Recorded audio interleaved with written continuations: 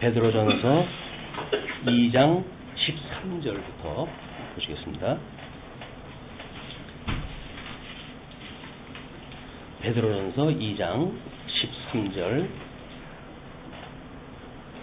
인간의 모든 제도를 주를 위하여 순종하되 혹은 위에 있는 왕이나 혹은 그의 악행하는 자를 징벌하고 선행하는 자를 포상하기 위하여 보낸 총독에게 하라. 곧 선행으로 어리석은 사람들의 무식한 말을 막으시는 것이라.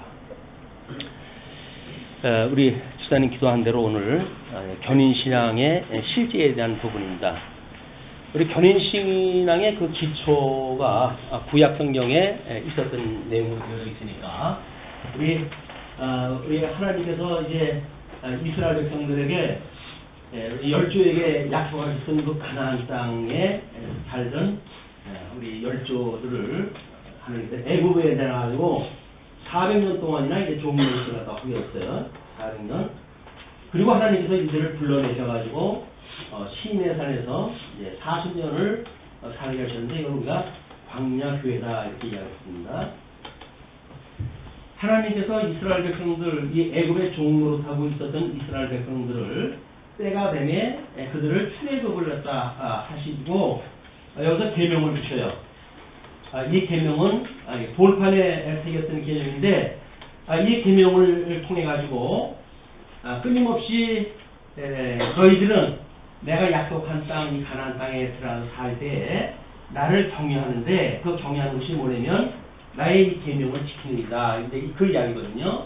그 계명이야말로 이 이스라엘 백성들이 끊임없이 살면서 내가 너희들을 열조의 언약을 기억해낸 여호와인 줄 알게 하시기 위한 목적을 이루는 방법으로 주었어요. 이 목적은 우리 하나님이 언약대로 이루시는 여호와이심을 깨달아 알고 경외하게 하시기 위해서 이 계명을 주신 거죠. 그러니까 계명을 지키는 것이 목적이 아니라 이 계명을 통해서 여호와 하나님을 깨달아 알고 이를 경외하는 데 있다. 그런데 이스라엘 백성들은 이 가나안 땅에 들어가게 되면 여기서는 신정정치라고 이야기를 해가지고 모세 한 명을 통해 가지고 하나님께서는 역사를 하시지만 가나안 땅에 들어가게 되면 이제 이 직임을 전부 나누어 줍니다. 그래서 선지직, 왕직, 제사직을 가지고 이제 이 하나님 나라를 이제 섭리를 해가시는데 백성들이야 어느 시대고 어떤 지도자 안에서 살아가느냐에 따라서 믿음을 갖고 살아가죠. 그것이 우리가 이제 믿음의 조상 아브라함에 속한 사람이냐라고 하는 대표성의 원리이기도 하고 그걸 믿는 사람들이 예수를 그리스도로 믿는다고 했을 때 예수 그리스도를 믿는 믿음으로 이게 살아간다고 하는 이야기랑 똑같습니다. 그런데 이제 우리 약속한 가나안 땅, 이것이 이제 하나님의 나라인데 그 하나님 나라에서 살아가는 동안 이 계명을 지키면서 우리 하나님이 언약대로 이루신 여호와인 줄 깨달아 알고 그것을 경외하는 것이 이 사람들이 가나안 땅에서 이제 해야 될 일들이란 말이에요. 마찬가지로 이제 오늘 우리한테 주어진 역사가 그렇습니다. 이 구약성경의 언약대로 예수님이 이 땅에 오셨어요. 예수님이 이 땅에 오셔가지고 주님의 몸된 성도들의 죄를 사하시고 이 교회의 모든 성도들을 이제 구속을 갖다 하셨죠. 이 죄로부터 우리를 구속을 갖다 해가지고 주님의 몸된 교회의 구성원이 되게끔 하신 것이 우리 예수 그리스도 안에 또 예수 그리스도의 그 기초 위에 세워진 교회다. 이것이 우리가 아마 이제 그 견인 신앙의 기초라고 하는 그 항목 뒤에다가 제가 요한복음 6장 37절 말씀을 소개해 드렸는데 아버지께서 내게 주시는 자는 다 내게로 올 것이요 내게 오는 자는 내가 결코 내쫓지 아니하리라.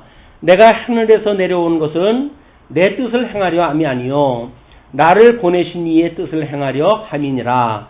나를 보내신 이의 뜻은 내게 주신 자 중에 내가 하나도 잃어버리지 아니하고 마지막 날에 다시 살리는 이것이니라.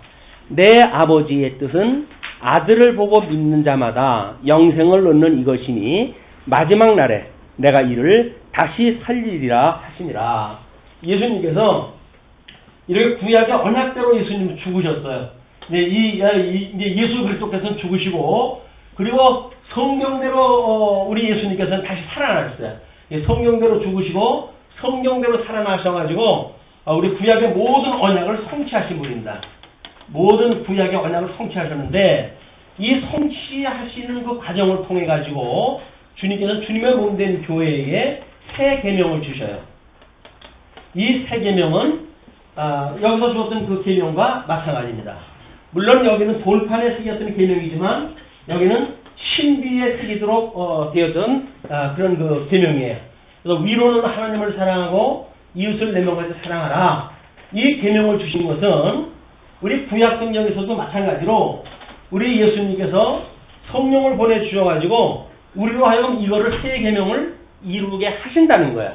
이걸 이루는 걸 통해 가지고 예수 그리스도는 하나님의 그 말씀대로 이 모든 걸 이루시고 그 이루시는 예수 그리스도를 믿는 우리들은 믿음 안에 우리가 살아가는 것이 교회의 성도들의 삶이다. 이 전인 신앙의 그런 그 기초라고 우리가 이야기했다 했어요. 그러면 이제 이렇게 새 계명을 이루게 되어지는 그걸 우리가 열매를 맺는다 이렇게 이야기했다 했는데 그거를 견인 신앙의 실제라고 하는 부분을 이제 오늘도 확인할 할 거예요. 주님께서 우리를 이렇게 구약의 언약대로 붙들고 계시고 우리 주님 오시는 날까지 우리를 붙들고 계시다가 이제 우리를 이렇게 마지막 날 살려주실 뿐만 아니라 재림 때에 우리를 여전히 살리게 하시겠다라고 하는 것이 예수님의 약속이었단 말이에요. 그럼 그 약속에 따라서 주님의 몸에 이 몸된 교회의 성도들은 주님을 믿는 믿음으로 살아가죠. 여기서도 마찬가지로 이 계명을 우리가 지킴으로 해가지고 하나님 나라를 살아가는 게 아니에요. 예수님이 이것을 이룬다고 천상에서 이룬다고 하는 걸 믿는 믿음으로 우리가 살아가는 겁니다. 그 믿음으로 살아가는 것이 믿는 그 믿음의 열매가 드러나는 것이 위로는 하나님을 사랑하고 이웃을 내 몸같이 사랑하라고 했던 부분적인 열매로 우리가 맺어지는 거예요. 이거를 열매가 맺어져야 구원받은 것이 아니라 하나님 예수 그리스도께서 맺게 하시는 그 열매, 그거를 우리 주보에는 이렇게 소개를 갖다 해드렸어요. 요한복음 15장 4절로 5절 말씀을 소개를 갖다 해드렸는데, 내 안에 거하라 나도 너희 안에 거하리라. 가지가 포도나무에 붙어 있지 아니하면 스스로 열매를 맺을 수 없음같이 너희도 내 안에 있지 아니하면 그러하리라. 나는 포도나무요 너희는 가지라. 그가 내 안에 내가 그 안에 거하면 사람이 열매를 많이 맺나니 나를 떠나서는 너희도 아무것도 할 수 없음이라. 예수 그리스도를 떠나가지고는 누구도 아무것도 할 수가 없는 거예요. 다만 예수님 안에 있을 때 예수님이 포도나무고 우리들은 그의 가지니까 포도나무로부터 진액이 올라와가지고 이 가지에 열매를 맺게 하시는 것이다. 우리는 열매 맺는 것이 우리들의 의가 나타나가지고 되어지는 것이 아니라 오직 하나님의 의가 되시는 예수 그리스도의 맺게 하시는 열매인 것을 고백을 갖다 하는 것이 성도들의 삶인 거예요. 이것이 열매를 고백하는 것이 이게 모든 게 주님께로부터 온 거로군요 라고 고백을 갖다 하는 것이 신앙생활입니다. 신앙생활은 내가 열심히 뭘 갖다 해가지고 하나님 앞에 점수 따는 것이 아니라 하나님께서 보내신 자 예수 그리스도를 믿는 것이 우리가 하나님을 믿는 일이에요. 하나님을 믿는다는 일이 여기서 뭘 우리 죽도록 뭘 허라는 이야기가 아니라 이분을 믿으라는 거야. 언약대로 이루신 이분을 믿어라. 우리 구약에서도 우리 주님께서 기름 부음 받은 자들을 메시아로 보내주시잖아요. 그분들을 믿는 사람들이 하나님의 나라의 지도자 아래에서 살아가는 백성들의 평강의 모습이란 말이야. 그런데 그 메시아를 믿지 않고 독자적으로 자기네들이 어떤 열심을 가지고 나라를 이루어갈 수가 없잖아요. 여기에 지kim자, 메시아, 기름 부음 받은 자, 하나님께서 보내신 자, 기름 부음 받은 자들에 의해서 나라가 하나님의 말씀에 충성하는 자들로 하여금 메시아를 보내주셨으면 이들은 평강 중에 하나님 나라를 누리고 살고, 악한 메시아를 보내주셨다고 한다면 이들은 타락 가운데 우상 숭배를 하고 지림멸렬해가면서 이 하나님 나라를 누리고 살 수밖에 없는 거예요. 그런데 이 여기 언약되어졌던 메시아가 우리 이 그리스도가 이제 우리 여기서는 히브리어로 해가지고 메시아, 그 다음에 헬라어로 해가지고 그리스도라고 우리 이야기를 하지 않았습니까? 그리스도 기름 부음 받은 자란 말이에요. 그래서 이분을 믿는 것이 하나님 나라의 백성으로 살아가는 일이에요. 도리예요. 다른 거 우리가 하는 게 아닙니다. 우리가 스스로 뭘 하는 게 아니에요. 주님께서 맺게 하시는 열매를 맺는 건 고백하는 것뿐이에요. 아, 이게 주님께로부터 말미암은 거로군요. 라고 했을 때 열매를 맺는 사람들은 심령의 평강을 누리고 살아가게 되어지는 겁니다. 왜? 주님께서 하는 거니까. 만약에 우리들이 어떤 노력으로 해가지고 이 평강을 얻는다고 한다면 우리는 평강을 얻을 수가 없어요. 우리가 스스로 노력으로 뭘 이룰 수가 없기 때문에 이 신앙생활을 하면서도 인생이 고달퍼요. 심령의 평강을 누리는커녕 끊임없이 어떤 죄의식이라든지 이런 데에 사로잡혀가지고 어찌할꼬 이 사망의 몸에서 누가 나를 구원하랴 라고 하는 끊임없는 고통 속에 우리가 살아가게 되어진다. 그러나 예수 그들을 만나는 순간에 찬송하리로다. 이 사망의 몸에서 우리를 구원해내시는 하나님의 능력으로 찬송하게 되어지는 거란 말이에요. 이것이 예수님을 믿는다고 하는 의미입니다. 자, 그러면 이제 그런 신앙생활의 실제예요. 이거는 실제라고 하는 거는 주님께서 이렇게 구약의 언약대로 죽으시고 그 다음에 또 이루셔서 주님의 몸된 교회 성도들로 하여금 증인의 삶을 살아가게 하시는데, 이게 목적이라고 그랬어요. 이 증인의 삶을 살아가게 하시는데 그런 그 실제로 삶을 어떻게 살아가게 하는가, 이거를 열매를 나타나게 해가지고 증인의 역할을 감당하게 하시겠다, 그 이야기예요. 오늘 교회학교 아이들한테도 소개를 해드렸는데, 과거 우리 그 노회에서 베트남의 선교사로 간 분이 한 분 계셔요. 그분이 그 베트남의 어떤 미국으로부터 온 선교사를 만나는데, 그분은 볶음밥 장사하는 분으로 파송을 받았대요. 그분은 가게를 열고, 그리고 이제 그 선교사를 보내는 데에서 아주 싸게 재배하는 이런 닭을 갖다 이제 사는 코스를 만들어 주고, 그래서 저렴한 값으로 닭을 사가지고 그걸로 볶음밥을 만들어가지고 파는 거야. 옛날에는 선교사라 그러면 여기다 책 끼고 돌아다니면서 우리나라도 가끔 있었잖아요. 그런데 지금은 그냥 일상적인 삶 속에서 자기의 삶을 사는 거야. 근데 그 볶음밥 장사를 갖다 하는 집에 이분이 아마 이제 가게 됐던가 봐요. 근데 믿음의 열매라고 하는 것이 무장되어져 가지고 나타나는 어떤 그런 그 행위라고 하는 것이 바로 이런 거로구나 하는 걸 깨달았다고 이렇게 이야기를 하더라고요. 왜냐면 그분은 그냥 복음을 증거하지도 않은데요. 열심히 그냥 볶음밥 만들어가지고 판대요. 싼 값에 배고픈 사람들한테 이제 이렇게 부여하다 하고, 그분들하고 나름대로 이제 친분이 이제 만들어질 거 아닙니까? 그럼 자연스럽게 사석에서 나는 예수를 믿는 사람이랍니다 해가지고 자기의 신분을 소개를 했다 하고, 그러니까 예수 믿는 사람이라고 하는 그걸 갖다 들은 사람들이 당신처럼 그런 삶을 살 수가 있으면 얼마나 좋아요. 어떻게 이 힘든 세상에서 그렇게 평강을 유지하고 살 수가 있답니까? 라고 하는 거를 궁금해하는 사람들이 물을 거 아니겠어요? 나는 예수님을 믿는답니다. 평강의 왕이신 우리 예수님이 나의 주인이기 때문에 나는 평강을 누릴 수가 있답니다. 라고 해서 복음의 기초를 갖다 증거를 갖다 하니까 그 사람들이 시간을 내 가지고 성경 공부를 갖다 하자고 덤벼드는 사람들이 있대요. 또 교제를 갖다 하겠다고 하는 사람들이 있대요. 라고 해가지고 복음이 증거되어지는 거예요. 차고 넘치는 시대에 지금도 인터넷으로 해가지고 수백 명을 상대로 해가지고 복음 증거해가지고 이거 역할 감당한다고 해가지고 인터넷 이런 어떤 영상 예배를 갖다 강조한다든지, 이것이 얼마나 촌스러운 방법입니까? 실질적인 삶으로 드러나야 돼요. 삶은 엉망진창인데 말씀만 그럴듯하게 증거되어지면 모릅니까?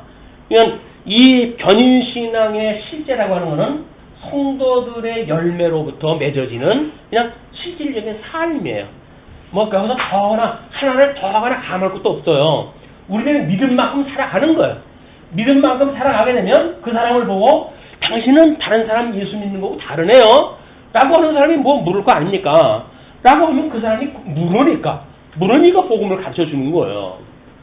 듣기 싫다 그러는데 억지로 해가지고 내 말 들으라고 해가지고 귀에다가 그냥 스피커를 대고 그냥 불어대고 이렇게 하는 것이 아니라 물어보는 자에게 복음을 갖다가 차근차근 가르쳐 주니까 복음을 들을 자가 있다고 한다면 마땅히 이제 돌아서겠죠. 이것이 복음을 증거하는 방식으로 아마 이게 바뀌어지는 어떤 그런 그 모습인 것 같아요.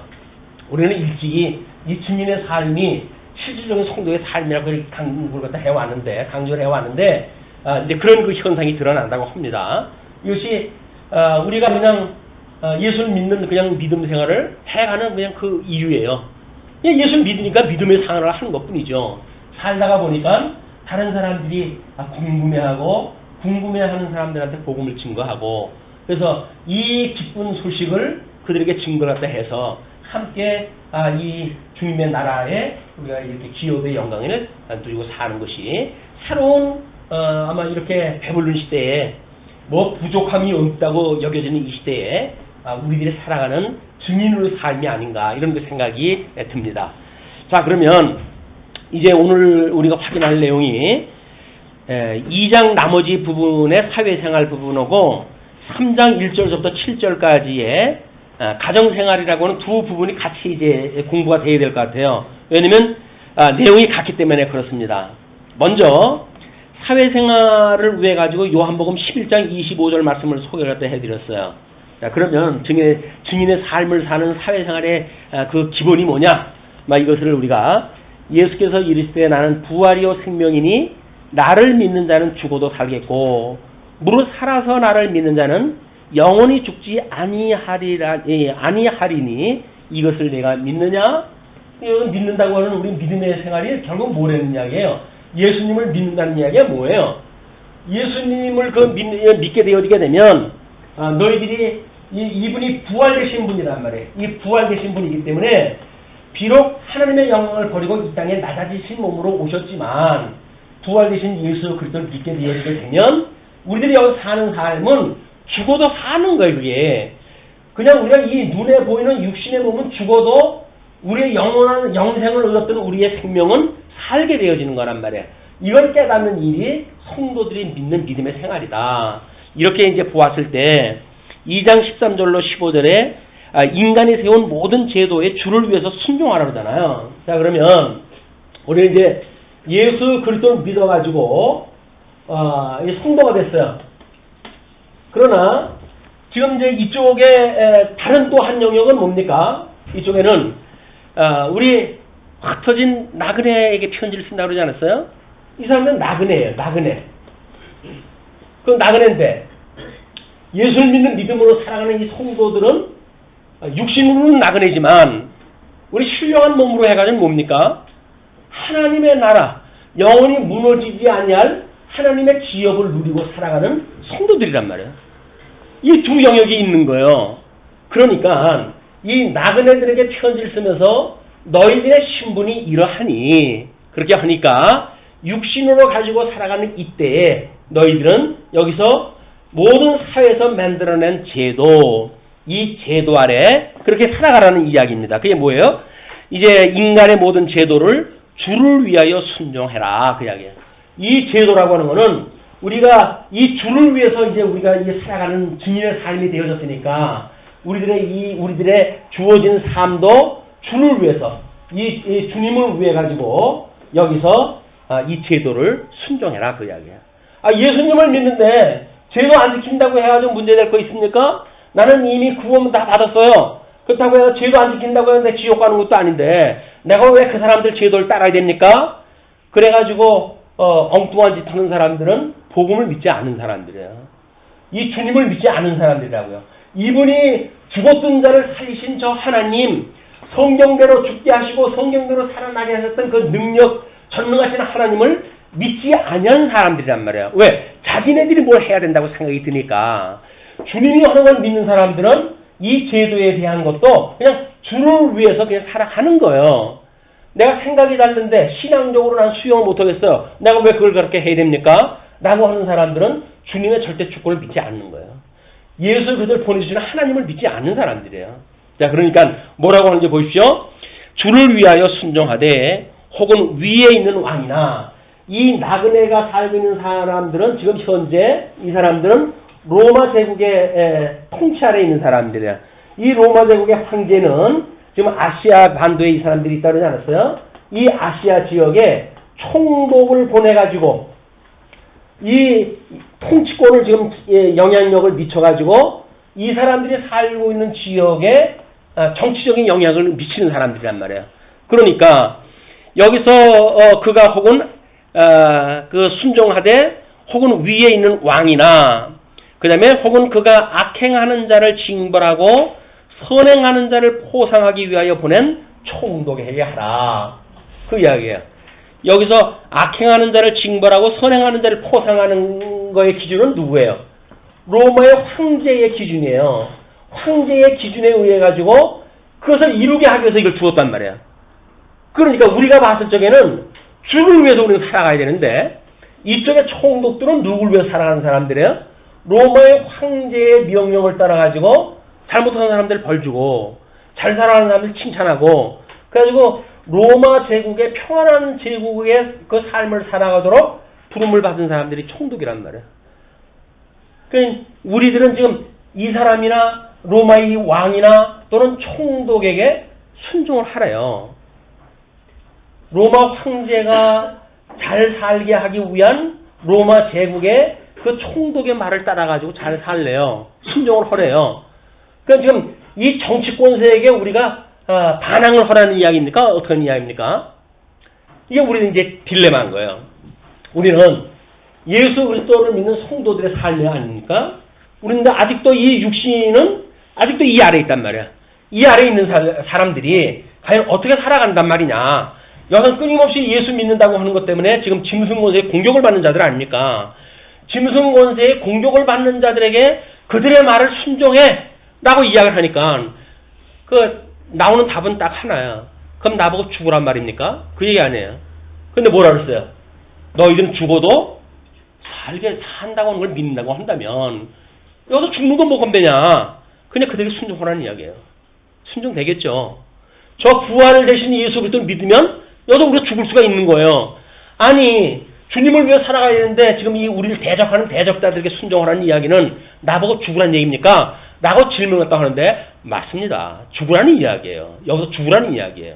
자 그러면 이제 그 15절에 그러죠. 곧 선행으로 어리석은 사람들의 무식한 말을 막으시는 것이라. 여기서 뭐 윤리적인 문제를 가지고 선행을 가지고 뭐 어떤 그 절대적인 기준을 잡아가지고 상대적인 이 절대적인 악 속에서 자기들 나름대로 선악이라고 하는 개념을 가지고 있단 말이에요. 물론 여기서 황제도 자기네들이 가지고 있는 기준에 의해 가지고 악은 징벌하고 선은 이제 칭찬을 갖다 해주는 그런 통치를 갖다 해갈 거예요. 그런데 여기서 말하는 이 선행을 가지고 이 선행으로 어리석은 사람들의 무식한 말, 이 사람들이 가는 해 아래에서 윤리적인 상대적인 선악의 개념을 가지고 그 이야기죠. 이렇게 성도들을 공격하는 자들, 이런 자들을 위해서 이걸 막게 하기 위해서 그렇다 이야기예요. 절대 악인데도 불구하고 이 사람들은 이걸 상대적인 선으로 지금 규명을 해놨어요. 자기네들 나름대로. 그래놓고 이걸 가지고 너희를 순종하느냐 안 하느냐라고는 심판의 여부를 따지니까 이 사법의 어떤 일을 갖다 해가니까 우리들은 여기서 성도라고 한다면 마땅히 하나님의 심판 앞에도 마지막은 너희들을 다시 살린다고 그러지 않았어요? 그러니까 이 우리 본질적인 생명의 세계를 증거하기 위해서 육신에 보여줬던 이런 어떤 가상적이고 일반 계시적이고 했던 내용들에게 너희들이 순종을 갖다 하는 상태를 취해라. 그것이 곧 본질의 세계를 갖다 증거하는 방식이다. 그 이야기예요. 자, 이야기가 제대로 전달되는지 모르겠습니다만은 그래서 우리 거기에 그 요한복음 19장 11절에 이런 말씀을 소개해드렸죠. 예수께서 대답하시되 위에서 주지 아니하셨다면 나를 해할 고난이 없으리니 그러므로 나를 내게 넘겨준 자의 죄는 더 크다 하시니라. 예수님이 십자가에 못 박아 죽음을 당하실 때 결국은 이 로마 제국의 이 자들에게 십자가에 못 박아 죽으신 거 아니에요. 그런데 예수님이 십자가에 못 박아 죽으신 것은 이들의 어떤 사법권에 의해 가지고 그 법령에 의해서 돌아가셨단 말이에요. 그분이 능력이 없어서 돌아가신 분이 아니잖아요. 근데 하나님이 심판하다 하신 분이니까 나는 저들의 법령에 의해서 죽는다고 하더라도 우리 하나님이 다시 살리실 것이야 라는 걸 구약 성경을 기초로 해서 증거가 되어졌으니까 여기서 너희들이 이 황제 앞에 이런 것은 순종하고 하는 그런 거 문제는 내가 십자가에 못 박아 죽는 거를 증거하는 증빙이 되어질 거야. 그런 그 이야기란 말이에요. 그걸 지금 요한복음에서 그렇게 소개가 되어진 거예요. 뿐만 아니라 마태복음 그 10장 28절은 이렇게 이야기를 하죠. 몸은 죽여도 영혼은 능히 죽이지 못하는 자들을 두려워하지 말고 오직 몸과 영혼을 능히 지옥에 멸하실 수 있는 이를 두려워하라. 요거를 죽일 수 있는 자, 이 자들이에요. 이 자들이 이 몸을 죽일 수 있는 자들이에요. 이 자들을 두려워하지 말고 몸과 우리의 영, 이 모두를 죽일 수 있는 이분은 누구예요? 우리들의 주인이신 이분이죠. 이분이 더욱 본질적인 거를 너희들이 믿어야 된다 그 이야기예요. 부분적이고 육적인 거 죽이는 거 이거를 두려워하지 말고 너희들이 두려워하고 경외해야 될 것은 우리들의 이 영도 육도 다 죽일 수 있는 하나님을 경외하는 것, 그를 두려워하는 것이 마땅하다. 그런 그 이야기입니다. 자, 예, 그렇다고 한다면 이제 모든 제도는 그렇게 해서 이제 지켜져야 되겠죠. 그러나 16절로 17절을 보시게 되면 자유 하나 하나님의 종과 같이 모든 자를 대하라고 이렇게 이야기를 합니다. 자, 그러면 16절 너희는 자유가 있으나 그 자유로 악을 가리는 데 쓰지 말고 오직 하나님의 종과 같이 하라. 우리는 진리를 알지니 너희가 자유케 되리라 이렇게 이야기했어요. 그럼 진리는 말씀이에요. 말씀이신 예수 그리스도의 이 도를 우리가 도를 깨달았어요. 그럼 이 진리를 깨달은 우리들한테 진정한 자유를 이제 우리가 갖게 되어졌는데 이 자유는 사망 권세로부터의 자유예요. 우리가 자유를 얻었다는 이야기는 사망 권세의 종로로 타고 있는 것로부터의 자유라고요. 그런데 우리는 사망 권세로부터 얻었던 이 자유를 육체의 자유, 이 사망 권세 아래 놓여져 있는 육체의 요구대로 만약에 우리가 살아간다고 한다면 자유를 갖다 얻은 거예요, 뭐예요? 아니, 여전히 종로로 타고 있는 거예요. 그러니까는 16절에 너희는 자유가 있어요.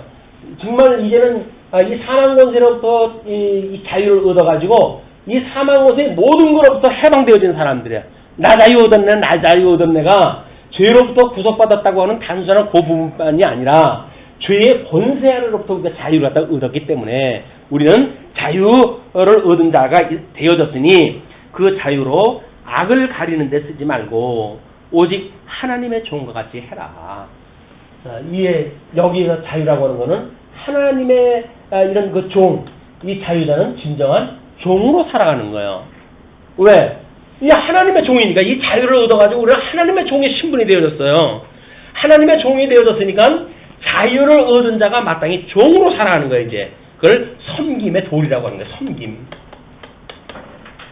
예술 믿는 사람들 보고 성경책이 옆에다 끼고 형제님 사랑합니다. 이런 모습으로 섬기는 것이 아니라 진정 예수 그리스도의 죽으심에 대한 이 복음을 깨달은 자들이 나는 여기서 죽고 없고 나는 오직 예수 그리스도 안에서 살아난 새로운 피조물입니다. 나는 신앙 고백을 하는 성도들의 삶이 이 섬기는 삶인 거예요. 나는 죄 안에서 죽고 나는 이제 없어요. 그럼 내가 여기서 없다고 한다면 나의 유익을 따라가지고 여기서 뭘 요구할 게 뭐가 있겠어요? 추구할 게 뭐가 있겠어요? 그냥 하나님께서 살아가게 하는 것만큼 살아갈 거예요, 여기서. 왜? 하나님이 만사를 섭리하시는 분들을 아니까. 하나님께서 여기서 내가 이제 자유를 얻었으니까 이 자유를 가지고 사망 권세와 대적해가지고 뭔가 부와 명예와 무슨 여기서 이런 어떤 힘을 내가 얻겠다라고 하는 일은 망발인 거예요. 예. 우리가 예수를 믿으면 또는 주님의 몸된 교회는 이렇게 부강해야 되고 또 주님 예수님을 믿으면 건강해야 되고 예수님을 믿으면 세상 사람들이 다 우러러볼 만큼 뭐가 번창해야 되고 하는 건 거짓말이에요. 우리는 예수 그리스도의 종으로 살아가기 때문에 우리는 변한 거예요. 다 죽어버리고 없는 거예요.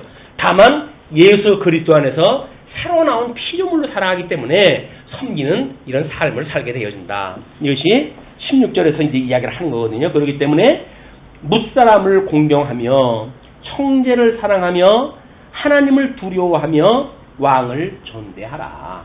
이런 이치를 깨달았으니까 이 본질의 이치를 깨달았어요. 복음을 깨달았어요. 그렇다고 한다면 상대적으로 없어질 것들에 연연해가지고 우리가 이 복음을 방해할 만한 일을 갖다 할 것이 없잖아요. 그러니까 이렇게 이 도리를 알고 살아라. 그런 그 이야기를 16절까지 해준 겁니다. 17절까지. 그래서 그 17절에 우리가 이제 그 마태복음 5장 43절 말씀을 인용을 갖다 해드렸죠. 또 내 이웃을 사랑하고 내 원수를 미워하라 하였다는 것을 너희가 들었으나 나는 너희에게 이르노니 너희 원수를 사랑하며 너희를 박해하는 자를 위하여 기도하라. 이같이 한즉 하늘에 계신 너희 아버지의 아들이 되리니 이는 하나님이 그 해를 악인과 선인에게 비추시며 비를 의로운 자와 불의한 자에게 내려주심이라. 이 자들에게는 해 아래 우리가 비가 오는 건 저 하늘에서 내리잖아요. 이제 구름에서. 그는 넷째 날 만들었던 이 해 아래에 이치란 말이에요. 이 아래. 여기서는 선한 자나 악한 자나 다 하나님께서 태양빛도 또는 비도 내려주시고, 그래서 일반 계시록으로 해도 그걸 일반 은총이라고 이야기를 하는데, 다 해서 먹고 사는 건 하나님께 주셨던 은혜들이에요. 그걸 가지고 뭐 많은 것이 복이고 적고 약하고 천한 거는 이것이 저주다라고 말하는 이야기는 해 아래의 논리란 말이에요. 근데 우리는 영원한 나라의 하나님의 나라를 기업으로 이은 자들 아니에요. 영원한 생명을 누린 자 아니에요.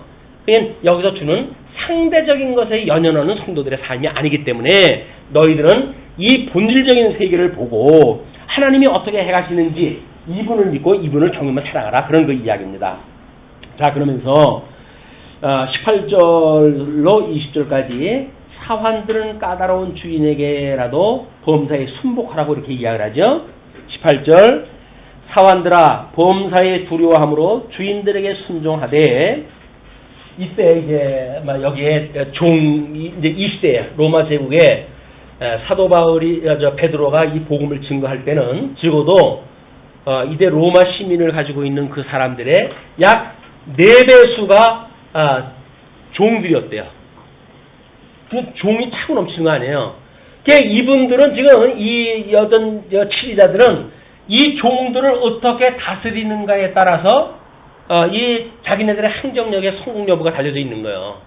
그만큼 대단한 이 종교를 누리고 사는 사람들이기 때문에 사도 그 베드로의 입장에서 이 나그네 되어진 사람들 중에는 이런 자들도 있겠죠. 노예 출신으로 해가 된 사람들이 있을 거 아닙니까?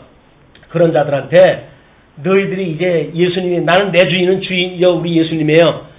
이제 당신은 더 이상 내 주인이 될 수가 없어요. 라고 해가지고 주인 말 안 듣고 만약에 이렇게 한다고 하면 그거는 내버려 두지 않을 거 아닙니까? 그런 자들에게 지금 베드로가 하는 이야기가 그 종들인 상전에게 순복해라 그 이야기예요. 자, 뭐 그러면 여기서 황제나 이 총독에게 순복하는 거나 또는 자기의 상전에게 순종하는 거나 똑같은 원리인 거예요. 똑같은 원리. 그건 국가 생활을 갖다 해가면서도 원리가 똑같은 원리고, 또 여기 상전을 섬기는 가정생활을 갖다 해가면서도 원리가 똑같은 거예요. 이게 똑같은 원리로 지금 되어져 있다. 그래서 사환들아 범사에 두려함으로 주인들에게 순종하되 선하고 관용하는 자들에게만 아니라 또한 까다로운 자들에게도 그리하라. 이건 지금을 살아가는 성도들도 마찬가지예요. 뭐 직장 생활하는데 우리 상관이 너무 까다롭고 이건 단맛이다라고 해가지고 불순종한다고 한다면 이게 전신앙생활의 실제가 아닌 거예요.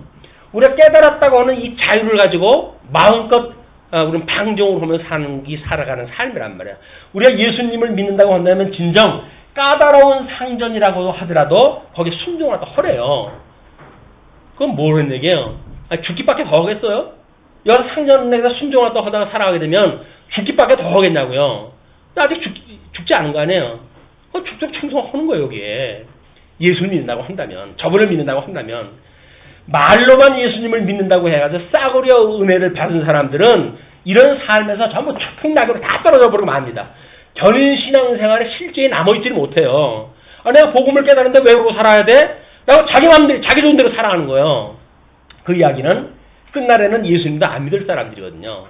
다 속아내는 작업들이에요. 이렇게 다 속아내는 작업으로 해가지고 하나님께서는 이렇게 까다로운 상전도 주어가지고 우리 주님이 나를 이 상전처럼 사망 권세 아래 내가 이렇게 살아갈 수밖에 없는데 영원히 살아갈 수밖에 없는데 우리 주님이 나를 위해서 십자가에 못 박아 죽으시고 그리고 나를 구원해 주셨어 라고 하는 믿음이 있다고 한다면 10번, 100번, 1000번, 10,000번 순종할 수가 있죠. 그 복음이 믿어진다고 한다면 믿어지지 않으면 그럼 뭐 발로 사뿌리고 말아야죠.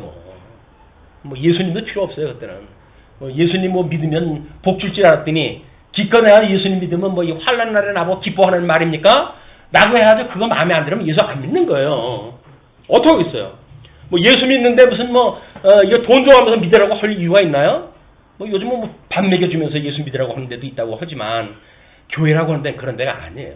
복음을 증거하게 되면 더 저 고상한 지식을 깨닫기 때문에 이런 해 아래에서 논리는 능히 이기고도 남을 수 있을 만큼의 믿음을 주님께 주신다. 자, 그러면서 이제 그렇게 이야기를 해요. 19절에 부당하게 고난을 받아도 고난을 받는데 부당하게 받는답니다. 부당하게 고난을 받아도 하나님을 생각함으로 슬픔을 참으면 이는 아름다우나 이렇게 복음을 생각하고 우리 하나님과 동등됨을 취하지 아니하시고 우리 예수님이 정말 종의 형체를 빌어가지고 낮아지셨던 예수 그리스도 하나님의 비통하심 하나님의 그 애통하심 하나님의 비하의 신분 이걸 깨닫는다고 한다면 그 이야기예요. 하나님을 생각함으로 슬픔을 참으면 이는 아름다우다. 아름답대요. 그건 아름답대요. 하나님께서 보시기에 참 착하구나 이렇게 보시는 거예요. 그게 아름답다. 너의 믿음 생활이 참 아름답다 이렇게 보신단 말이에요. 뭐 이 해 아래서 미간이 무슨 뭐 황금 비율이 어쩌고 저쩌고 뭐 칼라의 배율이 어쩌고 이거 가지고 아름답다고 그러는 게 아니고 그건 해 아래 논리예요. 이 천상세계에 가게 되면 하나님의 그런 예수 그리스도의 죽으심을 우리가 깨닫고 거기에서 하나님 앞에 순종하는 삶을 살아갈 때 하나님께서 아름답다 보신단 말이에요. 근데 성도의 아름다움은 하나님을 섬김에 있는 거예요. 여기에 아름다움이 있지 이쪽 거 가지고 뿌리는 데 있는 것이 아니란 말이에요. 자 그러면서 죄가 있어 매를 맞고 참으면 무슨 칭찬이 있으려? 여기서 예수 믿는데 여기서 뭐 주인한테 반항하다가 얻어 터졌어요. 그럼 반항하다가 얻어 터졌는데 그게 무슨 예수님하고 뭔 상관이 있어요? 지가 순종 안 해가지고 얻어 터진 건데 그렇게 하면 무슨 유익이 있겠느냐 그 이야기죠. 무슨 칭찬이 있으리요? 그러나 선을 행함으로 고난을 받고 참으면 이는 하나님 앞에 아름다우니라. 우리는 여기서 예수님의 십자가를 지고 나를 부인하고 살아가는 삶이야말로 하나님 가장 아름다운 삶으로 보는 거예요. 성도들의 삶은 여기서 피카번쩍 뭔가를 자랑하는 것이 아니라 그냥 예수 그리스도를 믿는 믿음으로 나를 부인하고 나의 십자가를 지고 그냥 예수님을 따라가는 거야. 그래서 이제 뭐 이렇게 봄처럼 화창한 날이지만 뭐 이제 이것도 뭐 꽃망울 좀 핀다고 해가지고 시샘을 갖다 하는 또 이제 뭐 봄바람 몰아칠 거 아닙니까? 그런다 할지라도 묵묵히 그냥 지나가는 거야. 그러면 그냥 그 꽃이 만개하는 시간이 올 거예요.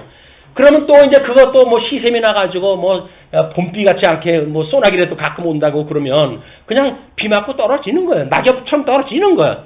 그런다고 하더라도 때가 되면 열매를 맺어요. 그게 자연히 하나님의 이치를 따라가는 원리란 말이에요. 우리가 뭔가 생각하는 이성이 있다고 해가지고 하나님 앞에 살아가는 것이 뭔가 대단한 것 같지만 모든 만사 만물 다 하나님의 절대 주권 아래 살아가는 겁니다. 생육하고 번성을 하고 했던 하나님의 말씀에 의해서 모든 지금 이 생물계가 번창하고 있는 거예요. 인간을 다를 거 없어요. 하나님의 이 언약에 따라 그래서 되어지는 거니까. 그러니까 하나님의 해가시는 그런 그 일들을 비 내리시면 비 맞고 바람 불면 바람 맞고 그리고 살아가는 것이 예수님을 믿고 살아가는 당당한 믿음의 생활이란 말이야. 자꾸 어디 숨으려고 하지 말고 우리를 숨을 곳은 어디 예수 그리스도밖에 없어요. 근데 예수 그리스도는 지금 눈에 보이질 않지 않습니까? 이 환경에서 우리가 피할 길은 없어요. 환경에서 피할 길은 없어요. 다만 내가 믿음이 연약할 수 있으니까 주님 앞에 나를 시험에 들게 하지 말아 주시고 여기서 더 가면 저 시험 들어요 주님. 저 믿음을 갖다 주님께서 아시잖아요. 걔는 저를 시험에 들게 하지 마시고 다만 악에서 구원해 주세요 라고는 기도를 하면서 살아갈 뿐이다. 담당하잖아, 이제. 담당하다부터 이제 당당해져요. 예, 그냥. 그래. 뭐 영생을 얻었는데, 가면 가는 거지, 뭐. 이것이 우리 삶이란 말이에요. 뭐가 안타까울 게 뭐가 있어요, 여기서. 자, 그러면서, 이제 그렇게 아름답다고 이야기를 했는데, 그 마태복음 24장 45절 말씀을 이렇게 소개를 해드렸어요. 충성되고 지혜 있는 종이 되어 주인에게 그 집 사람들을 맡아 때를 따라 양식을 나눠줄 자가 누구냐? 주인이 올 때에 그 종이 어떻게 하는 것을 보면 그 종이 복이 있으리로다. 내가 진실로 너희에게 이르노니 주인이 그의 모든 소유를 그에게 맡기리라.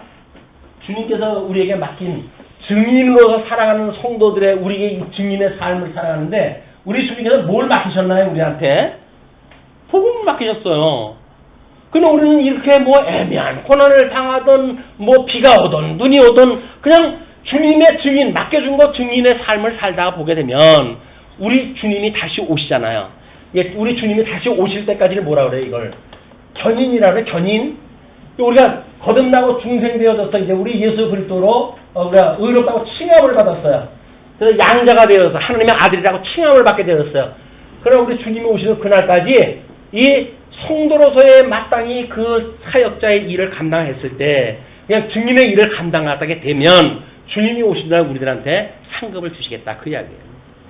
다른 거 할 거 없어요. 그냥 예수님만 믿으면 돼요. 주님이 저한테 모든 걸 이렇게 주시고 주님께서 이걸 해가시는군요. 저는 다만 가지가 되어져서 나에게 맺는 것은 열매일 뿐입니다. 그래서 나를 부정하는 일이에요. 내가 뭘 했습니다. 이렇게 세우면 안 돼요. 주님께서 해가셨습니다. 인정을 하고 그래서 대개 나라와 권세와 영광이 아버지께 영원히 있습니다. 라고 우리가 고백을 해야지. 주님의 면류관 내가 뺏어가지고 내가 쓰면서 주님이 이건 내 몫이요 라고 이야기를 한다고 하면 예수님께서 단칼에 잘라버려야 돼요. 그건. 우리 주님께서는 이거 주님 제가 쓸 면류관이 아니군요. 주님 건데 이걸 절 주세요. 그래서 우리는 내려놓고 주님을 찬양하다 해야지 그걸 갖다 내가 뭐 머리에 갖다 쓰고 무슨 뭐 그런 뭐 번거지라는 둥 뭘 이렇게 해가면서 우리 부흥사들이 가끔 그 속였잖아요. 이거 가지고 나중에 가가지고 금면류관을 써야지 번거지 쓰고 있을 수 있느냐 천국에서 이렇게 해가지고 이 사람들을 속여왔어요. 그 사람들이. 그런 거에 현혹되면 안 된다. 천국도 만약에 번거지가 있고 금면류관이 있어서 차별이 있는 곳이라고 한다면 그 천국에 못 들어갑니까? 여기서 사는 것도 지겨운데 거기 가서 또 그런 차별을 받고 살라고요? 아닌 거예요. 거기는 다 하나인 거야. 하나. 자, 그러면서 21절로 25절 하나님께 순종하신 그리스도의 자치를 따라오게 하십니다. 이렇게 이야기를 하죠. 자, 21절 이를 위하여 너희가 부르심을 받았으니 그리스도도 너희를 위하여 고난을 받으사 너희에게 본을 끼쳐 그 자치를 따라오게 하려 하셨느니라. 이 자치를 따라오게끔 하신 거예요. 이게. 그러니까 우린 이렇게 여기 사는 우리의 이 삶, 견인 생활이라고 하는 이 생활 자체가 뭐예요? 성도들이 가나안에 살면서 그리스도께서 보내었던 이 직임자들, 왕, 선지자, 제사장 말 잘 듣고 살아가는 일이야말로 여기서 하나님 앞에 잘 살아가는 일이에요. 신약교에서는 아니 저 참 제사장 대신 참 선지자 대신 참 왕 대신 예수 그리스도를 믿고 살아가는 성도들의 삶이야말로 하나님의 칭찬받는 삶이라고요. 그냥 여기서 뭐 별 뾰족한 거 없는 거 우리 보고 해내려는 거 없어요. 주님께서 주시지 않는 거 가지고 우리 보고 뭐 해내려는 게 없어요. 그냥 우리에게 믿음 주시고 믿음만큼 보여래요. 은사를 주시고 은사만큼 나타내래요. 그러니까 주님께서 주시는 거다 그렇기 때문에. 그러니까 주님께라고 하는 것을 우리가 인정하는 일이야말로 성도의 믿음 생활인 거예요. 아 주님 이 은혜가 웬 말입니까? 이게 주님께로부터 온 거로군요. 라고 찬양하는 것이 견인 신앙생활의 실제적인 삶이다. 자, 그래서 그 예수님은 죄를 범하지 아니하시고 그 입에 거짓도 없으시며 욕을 당하실 때 그분이 지금 그랬단 말이에요. 우리 보고 여기서 우리가 죄가 있어가지고 매를 맞으면 너희들이 무슨 하나님 앞에 칭찬거리가 있느냐 그런 이해를 갖다 이제 성경을 통해 설명을 하는 거예요. 욕을 당하실 때 맞대어 욕하지 아니하시고 고난을 당하실 때 위협하지 아니하시고 오직 공의로 심판하시는 이에게 부탁하시며 욕을 당하실 때 비바람이 치나 뭐 물고문을 당하나 그냥 맞대어 욕하지 아니하시고 고난을 당하실 때 가시면류관을 쓰시고 채찍을 맞으시고 이렇게 하셨다 할지라도 위협하지 않으셨어요. 왜? 주님이 힘이 없어가지고요? 아니잖아요. 제자들이 말코의 귀를 갖다 자를 때 뭐라 합니까? 주님께서 야 내가 12명이나 더 되는 이 천군 천사를 데려다가 저희들을 명할 권세가 없는 줄 아느냐? 그럼 그러시잖아요. 주님은 그런 권세가 있으셔요. 그럼에도 불구하고 하나님께서 나를 보내신 그런 그 이유는 나의 권세를 자랑하라고 보내주신 것이 아니라 하나님의 그 언약대로 죽고 언약대로 살아나는 이런 말씀을 응하게 하시기 위한 일이기 때문에 예수님께는 그냥 조용히 십자가에 못 박아 돌아가시는 자리에 가신 거란 말이에요. 우리가 여기서 사시다가 힘든 어떤 그런 그 일을 당하게 되어집니까? 라고 한다면 그냥 죽는 데까지 조용히 가시면 돼요. 아니 어차피 한 번 죽는 거지 우리가 두 번 죽습니까? 그렇다고 해가지고 아픔이 없다는 얘기 아니에요. 또 믿음이 없는데도 이게 가능하다는 얘기 아닙니다. 하나님의 믿음을 주시면 그게 되어진단 말이에요. 초대교회 때 우리 믿음의 선배들이 어떻게 그 짐승의 밥이 되어지는 가운데서도 예수님을 부정하지 않냐고 살아갈 수가 있었는가? 이것이 주님께서 주셨던 힘으로 되어지는 거란 말이에요. 상전 말 안 듣고 뭐 이런 자들 잡아가지고 그냥 노예로 팔아버리고 그래가지고 그 짐승과 싸움을 싸우게 하고 뭐 이렇게 만들어 가잖아요. 그 우리 옛날 그 영화를 보게 되면 그러나 그 사람들 그냥 그 죽어가면서도 예수님을 부정을 안 해요. 사자한테 밥이 되어서 물려 죽으면서도 예수님을 부정을 안 해요. 이것이 하나님께 주신 믿음이란 말이에요. 그게 이 견인의 믿음의 실제다. 24절 이제 우리 사순절 마지막을 이제 보내고 있고 이제 부활주일을 앞두고 있는데 고난 주간 이제 지난 뒤에 부활주일이 오는데 신이 나무에 달려 그 몸으로 우리 죄를 담당하셨으니 예수님의 이 죽으심의 깊이 이 고통의 깊이 이거를 우리 삶을 통해서 여기서 10,000분의 1, 100,000분의 1, 100만분의 1을 감지한다고 한다면 이것이 대단한 은혜 아닙니까? 그러니까 우리 보고 환난 날에 기뻐하라는 거예요. 기뻐하라고 하는 것이 왜 기뻐하는 거예요? 예수 그리스도 이 고난에 우리가 참여되어졌다고 하는 조그마한 것이라도 우리가 감지할 수가 있으니까 아 내가 예수님의 지체로구나 이런 지체의식을 갖게 되어지잖아요. 아니 지금 내 이 몸이 살아가는데 이 지금 엄청나게 어떤 힘든 일을 갖다 해가고 있어요. 근데 왼손은 뺀질뺀질하고 말을 갖다 이제 농땡이나 피면서 오른손 보고 네가 어려서부터 훈련됐으니까 네가 혼자 다 해. 라고 한다면 이거 잘라버리지 이거 가지고 다닐 필요가 있습니까? 지 멋대로 살아가겠다고 하는 왼손을. 그러나 오른손이 앞서고 했을 때 주님이 우리의 머리 되신다고 한다면 바로 오른손 걸 왼손으로 바꿔지게끔 만들잖아요. 이 고통을 감지를 한단 말이에요. 공감을 한단 말이에요. 그걸 우리가 고통 분배라고 그래요. 고통 분배.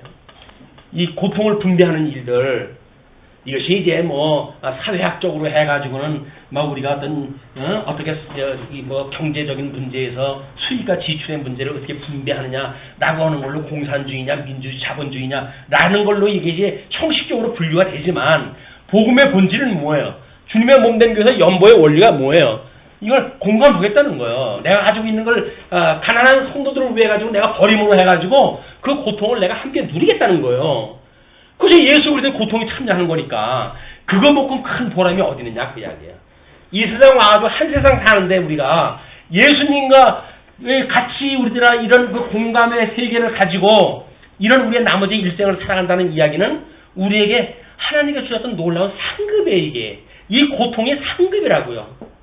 다만 이거를 육신적으로 해가지고 뭔가 여기서 우리가 어떤 다른 사람하고 대비해가지고 아유 저 사람보다는 좀 내가 나니까 감사해야지 이런 상대적인 개념이 아닌 거예요.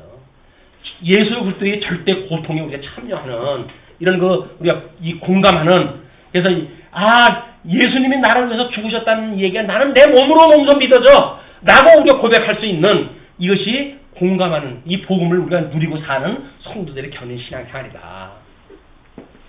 자, 그러면 성경 말씀에 거기에 마태복음 5장 16절 말씀으로 그걸 소개를 갖다 해드렸어요. 이같이 너희 빛이 사람 앞에 비치게 하여 그들로 너희 착한 행실을 보고 하늘에 계신 너희 아버지께 영광을 돌리게 하라. 아니 까다로운 상전을 우해가지고 그 사람이 죽으라면 죽을 시름까지 다 했어요. 이 사람들이 뭐라 그럴 거야? 전 녀석은 참 대단해 그럴 거 아니겠어요? 야, 쟤 왜 저렇게 다른 애하고는 다르니? 제가 예수님을 믿는데요. 뭐 예술에나 뭐 그때 뭐 놀려면서 그랬겠죠. 예술에나 뭐래나 그걸 믿는데요. 그러니까 당신한테 저렇게 죽두룩죄가 저래요. 라고 그러면 이 사람들이 그래? 예술 믿는다는 게 도대체 뭔데 너희들하고는 다르게 생활이 저러냐? 궁금할 거 아니겠어요. 복음을 접근하게 되어질 거 아니겠어요. 이렇게 되어진단 말이에요. 이게 자기의 어떤 편의를 위해 살아가는 것이 아니라 철저하게 예수 그쪽 위에서 살다가 보니까 복음이 증거되어지는 삶이 되어진다. 뿐만 아니라 마태복음 19장 21절에서는 이렇게 이야기를 합니다. 예수께서 이르시되 내가 온전하고자 할진대 가서 내 소유를 팔아 가난한 자들에게 주라. 그리하면 하늘에서 보화가 내게 있으리라. 그리고 와서 나를 따르라 하시니. 소유의 문제, 여기에 있는 소유의 문제. 이것이 근본 목적이라고 한다면 예수님을 믿을 수가 없어요. 그러나 예수님을 믿는 만약에 어떤 열매로서 우리를 은사로 주셨다고 한다면 그건 우리가 하나님을 깨달아가는 도구로 사용되어질 일들이죠.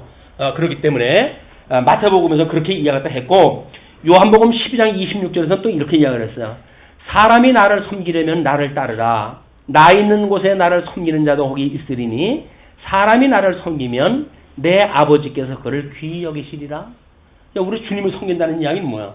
예수님을 따라가는 일이에요. 예수님을 따라가는 일이다. 자, 이렇게 되면 똑같이 이제 우리 3장 1절로 7절 그걸 가정생활로 나눠놨지만 왜 부부의 이치로 선정이 되어지니까 그래요. 여기서는 지금 제도 또는 상정 또는 여기에서 이제 이 아내들을 여기서 사랑하는 아내들 이 시대에 사랑하는 아내들한테 뭐라고 이야기를 하는가? 똑같은 원리를 가지고 설명을 다 하는 거예요. 이게 뭐라고 이야기를 합니까? 이제 3장 1절로 2절까지 보게 되면 아내의 순종의 생활은 불신 남편을 구원하는 것이라고 이렇게 이야기를 하죠. 아내들아 이와 같이 자기 남편에게 순종하라. 우리 남자 성도님들은 아주 좋을 거예요. 이제 이 성경 구절이 눈에 확 들어오고 아내들아 이와 같이 자기 남편에게 순종하라. 이는 혹 말씀을 순종하지 않는 자라도 말로 말미암지 않고 그 아내의 행실로 말미암아 구원을 받게 하려 하리니. 여기 아내들의 행실. 이 행실이 어떤 행실이에요? 이때 문화권에서 있었던 행실이에요. 그 행실로 해가지고 이 아내들로 하여금 이들의 머리 되는 남편, 이 남편이 불신자예요. 그러나 이 행실이 여기서 보는 이 증인의 역할을 감당하기 때문에 이 증인의 역할을 갖다 감당하기 때문에 이 행실로 해가지고 복음을 증거하는 삶이 되어지는 거예요. 믿지 않는 사람이 아내가 예수님을 믿더니 사람이 달라지네. 복음을 믿더니 이렇게 달라지네. 이렇게 해가지고 이 남편이 나도 저 예수를 믿으면 얼마나 좋을까라는 생각이 들어가지고 예수님을 믿게 되어진 거란 말이에요. 반대적인 어떤 이야기, 우리가 어떤 변증을 하시기 위한 그런 이야기가 많이 있을 거라고 생각이 들지만, 그냥 사석에서 이야기하기로 하고, 이건 베드로의 논리를 따라가지고 설명을 다 하는 거니까, 족을 달면 안 됩니다. 이건 말씀 따라 가는 거야. 자, 그러면서, 3절에, 너희의 단장은 머리를 꾸미고, 금을 차고, 아름다운 옷을 입는 외모로 하지 말고, 단장, 여기서 이제 행실 중에 이제 단장이라고 하는 이 영역이 있을 거 아닙니까? 이거를 외모주의로 해가지고 하지 말아라, 그 이야기예요. 이렇게 눈에 보이는 외모주의로 단장을 하지 마라. 그러면서 뭐라고 이야기한다 합니까? 오직 마음에 숨은 사람을 온유하고 안정한 심령에 썩지 아니할 것으로 하라.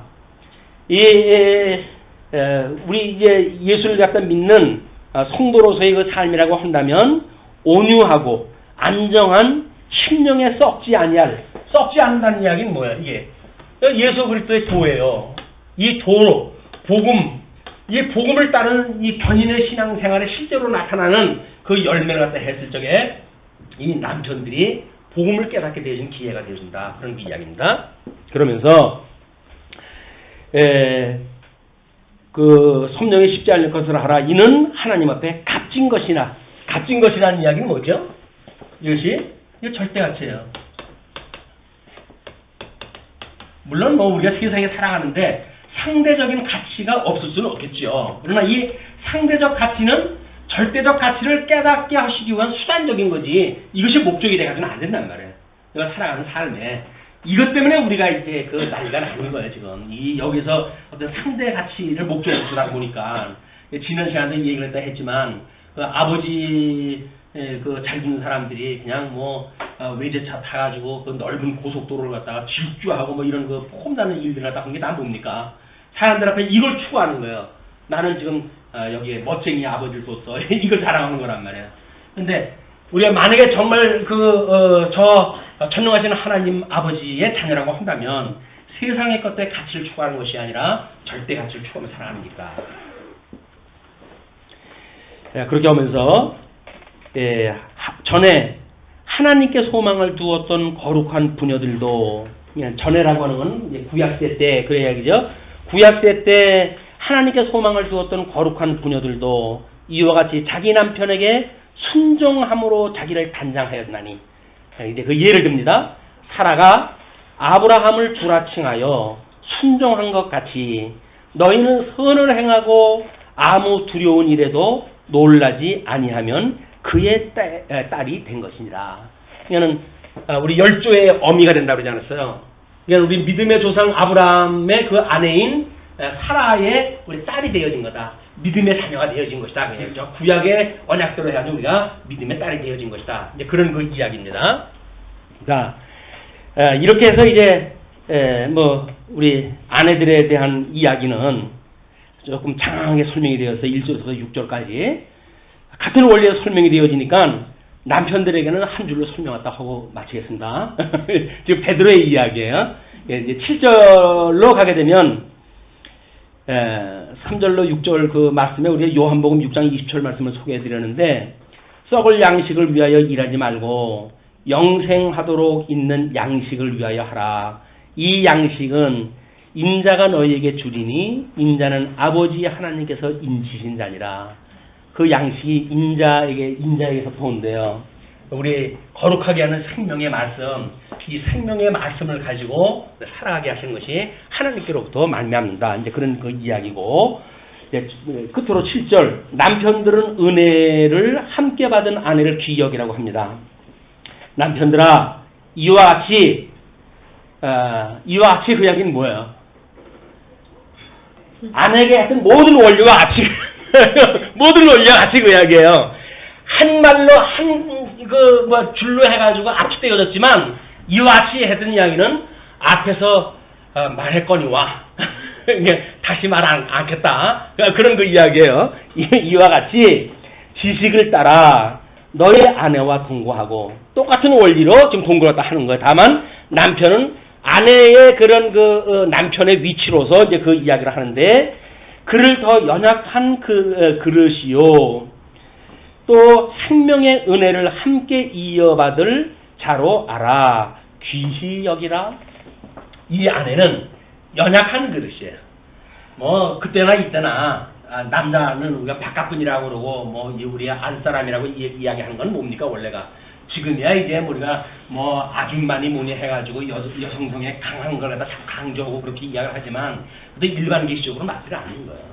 그냥 우리 남편은 바깥에 일 나가서 열심히 하고 또 아낙네는 집에서 열심히 집안일을 이렇게 건설하다 해가고 하는 이 복음적인 그런 그 원리란 말이에요. 그러나 뭐 이제 은사를 따라서 달리할 수는 있겠으나 그래서 이렇게 했을 때 남편이 아내를 받을 적엔 연약한 거 아니에요 여자가. 그냥 연약한 그릇이란 말이에요. 그릇. 복음을 담고 있는 그릇. 이것은 연약해가지고 깨지기가 쉬우니까 너희들은 귀하게 여겨라 이거를. 너희들도 복음을 지금 깨닫고 그 복음이 귀하다고 여기면서 연약한 그릇이 복음을 담고 있는 깨지기 쉬운 그 그릇인데 거기에 담고 있는 그릇을 너희들은 귀히 여겨라. 재미난 말로 남편은 톡이 되면요 흙으로 빚어간다 그래서 아내는 6이래요. 갈비뼈로 만들어. 갈비뼈 아주 만들어냈기 때문에. 근데 뭐 토끼가 더 강한지 유기가 강한지 뭐 이건 모르겠으나 사실 이 여자라고 하는 그거는 복음을 담고 있는 그릇이 연약한 그릇으로 되어져 있으니까 상처받기 쉽고 여기엔 어떤 그 관계지향적인 그런 그 성향을 가지고 있는 여자, 너희들은 목적지향적인 걸 가지고 있는 남자들이니까 너희는 목적만 눈앞에 보이게 되면 겁나게 없잖아. 그러나 이 여자들은 옆에 사람 한 사람한테도 상처 있는 사람들이야. 이 연약한 그 그릇을 너희들은 귀하게 여겨라, 그런 그 이야기입니다. 그건 제가 이게 토를 다른 거예요. 성경이 그렇게 되어 있는 거 아닙니다만. 그렇게 해서 생명의 은혜를 함께 이어받을 자로 알아, 귀히 여기라. 이는 너희 기도가 막히지 아니하게 하려 함이라. 기도가 막히지 않는다는 이야기는 뭐예요? 하나님의 이 복음의 원리, 이 복음의 원리가 벗어난 기도를 갖다 한다면 하나님이 안 들어주시겠죠. 그러면 이 기도가 들어준다는 이야기는 뭐예요? 이 하나님의 말씀을 따가지고 기도를 갖다 했으면 그렇게 되어지는 거니까 아내를 너희들 구박을 하면서 기도를 갖다 한다는 둥, 뭐 거룩한 뭐 신앙생활을 한다는 둥, 난 다 거짓말이야, 그 이야기야. 뭐 요즘 대전에 어떤 교회 사모님이 이상한 교회 말씀을 듣고 목사님을 비난하는 바람에 난리가 났다고 그러잖아요. 이건 안 되는 거야, 이제. 그래서 노회에서 목사님 그냥 사적으로 하십시오 라고 권면한테 했다는데 교인들이 안 놔준다고 그래요. 이 일반적인 원리로 봐서는 안 되는 거예요. 이렇게 남편과 아내의 그 관계가 복음을 깨닫게 되어져 있는 원리로 되어져 있으니까 그건 너희들은 귀하게 여기고 그렇게 했을 때 비로소 이제 너희의 기도가 하나님 앞에 상달되어진다, 그런 그 이야기죠. 그런 그 내용은 뭐 보편적인 이야기지만 누가복음 10장 27절에 예수님께 대답하여 이르시되 내 마음을 다하여 목숨을 다하며 힘을 다하며 뜻을 다하여 주 너희 하나님을 사랑하고 또한 내 이웃을 내 자신같이 사랑하라 하였나이다. 결국은 예수 그리스도를 믿는 그런 그 믿음으로 해가지고 남편이 아내를 사랑한다는 이야기는 다른 이웃도 지금 사랑을 갖다 해야 되고 원수도 사랑을 갖다 해야 되는데 아내를 사랑하지 않는다고 한다면 말이 안 되는 거 아니겠어요. 아내를 사랑하는 건 너무나 당연한 일이다.